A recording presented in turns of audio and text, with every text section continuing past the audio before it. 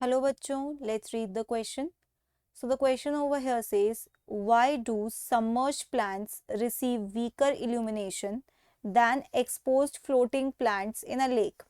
ठीक है, क्या कह रहे हैं कि एक लेक है, यहाँ पर फ्लोटिंग प्लांट्स है. फ्लोटिंग प्लांट्स मतलब जिनका आप कह सकते हो शूट्स एक्सपोज्ड हैं, ऊपर की तरफ है, ये फ्लोट कर रहे हैं इस पे.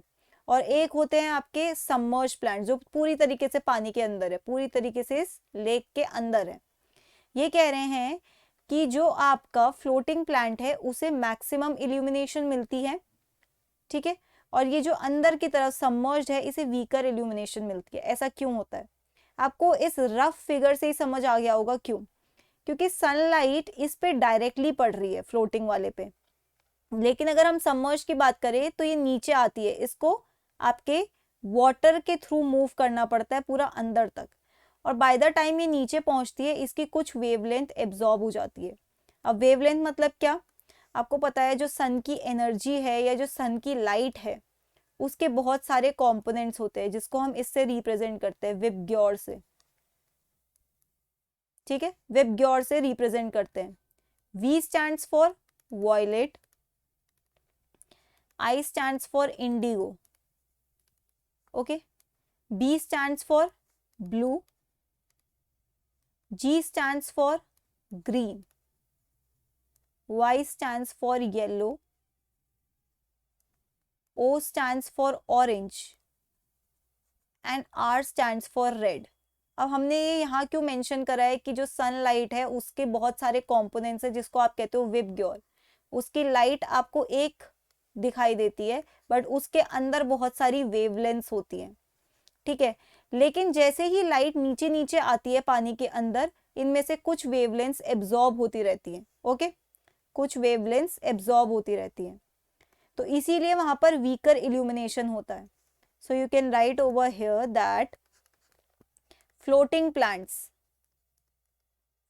Plants receive direct illumination, direct sun illumination, okay. और दूसरी क्या लिख सकते हो, where as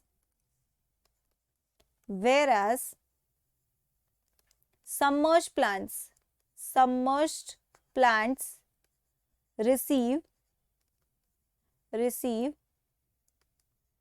only few wavelengths of sunlight. ठीक है, और ऐसा क्यों होता है? ऐसा इसीलिए होता है, this is because light travels through water, rather this is because sunlight travels through water and during this journey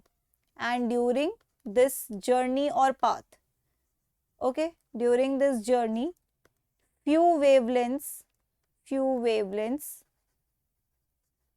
of sunlight get absorbed in water, है ना. जो हमने अभी बोला कि पानी से ट्रैवल करते करते पानी के मॉलिक्यूल्स क्या करते हैं, कुछ वेवलेंथ्स को एब्जॉर्ब कर लेते हैं, और हार्डली कुछ छोटी मोटी वेवलेंथ पहुंचती है. कहाँ पर आप कह सकते हो एक कलर की ही वेवलेंथ पहुंच पाती है, कहाँ पर, इस सबमर्ज प्लांट तक. जितना ज्यादा डीप होगा उतनी ज्यादा वेवलेंथ्स एब्जॉर्ब होती रहेंगी. So that's it for the question. I hope you understood it well. Best of luck.